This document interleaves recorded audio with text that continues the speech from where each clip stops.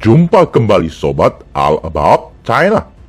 Laksamana yakni perwira tinggi bintang 4 Amerika Charles Richard selaku kepala komando strategis Amerika menulis kesaksian untuk didengarkan di Capitol Hill dan bertemu dengan Komite Pertahanan DPR secara tertutup.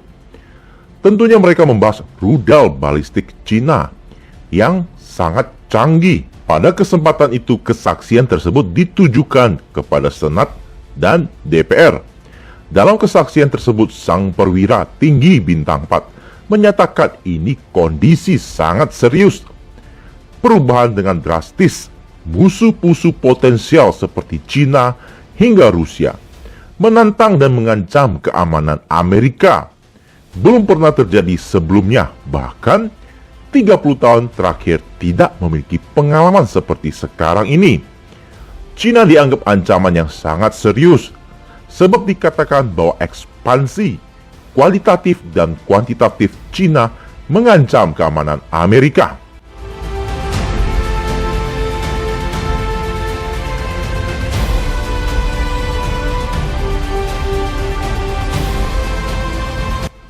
Laksamana Charles Richard menyatakan bahwa ancaman Cina mengkhawatirkan. Ini sangat serius bagi kedikdayaan Amerika.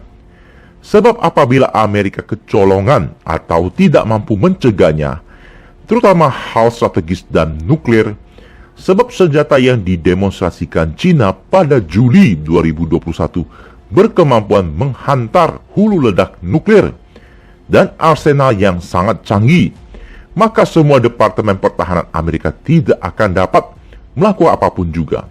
Laksamana Komando Strategis Amerika tersebut mengatakan, Amerika harus menghadapi dua negara arsenal nuklir modern yang membuat Amerika benar-benar dalam kondisi yang sangat sulit. Inilah Amerika, setiap kemampuan negara di dunia selalu menjadi perhatian mereka. Seolah-olah setiap negara tidak boleh memiliki kemampuan yang dapat mengancam pertahanan mereka. Padahal Amerika memiliki apapun tidak membuat Cina ataupun Rusia kebakaran jenggot atau merasa terancam. Namun tidak sebaliknya, apapun yang negara lain miliki dan berkemampuan canggih akan membuat Amerika terancam dan harus segera dicegah atau ditindaklanjuti. Sebab Amerika lama berkuasa. Sejak Perang Dunia II berakhir, Amerika menjadi adidaya yang tak tergantikan dan tidak ingin digantikan. Jadi negara-negara seperti India, Indonesia, negara-negara rising star suatu waktu juga akan mendapatkan perlakuan yang sama oleh Paman Sam.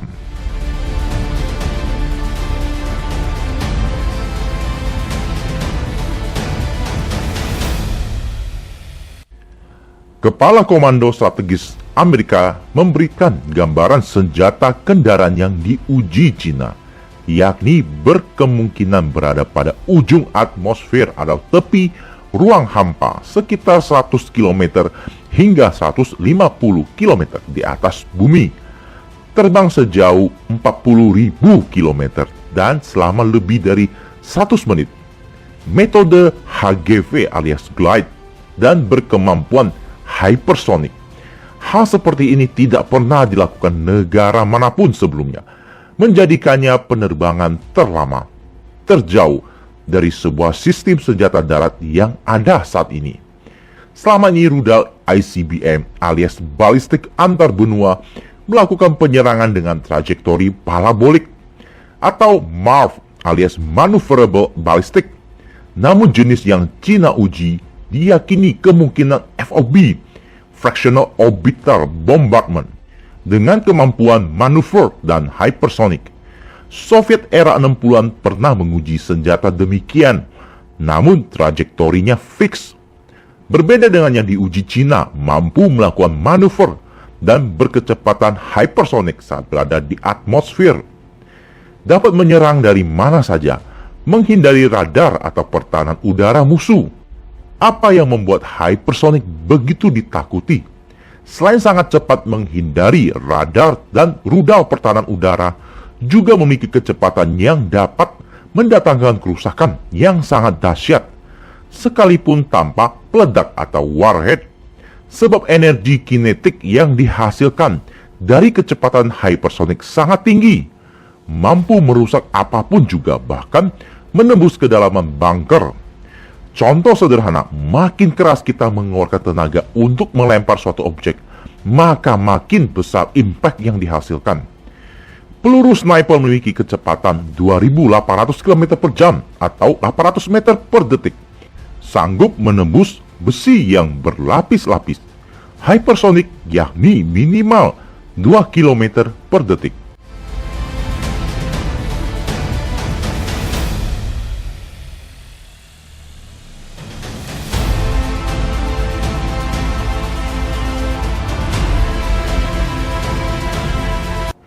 Charles Richard juga menyatakan bahwa China sangat masif berinvestasi pada senjata orbital atau udara yang dapat melumpuhkan satelit pertahanan udara, anti-drone, anti-rudal, serangan-serangan dari langit, dan sebagainya.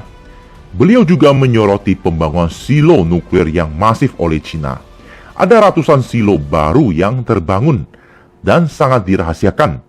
Dan China mencapai supremasi nuklir yang sangat kuat secara diam-diam. Namun China kembali menolak tuduhan tersebut dan berpendapat bahwa terlalu berlebihan para elit pertahanan Amerika, menyatakan seolah-olah China ada ancaman. China juga menyatakan bahwa mereka menguji kendaraan hypersonic yang digunakan untuk damai, yakni pesawat hypersonic bukan militer, serta silo nuklir yang dicurigai Amerika melalui pantauan satelit bahwa tempat tersebut adalah pembangunan ladang angin alias PLTB. Media Cina menyebutkan tindakan Amerika hanya ingin meningkatkan anggaran pertahanan lewat memproduksi berita-berita ancaman.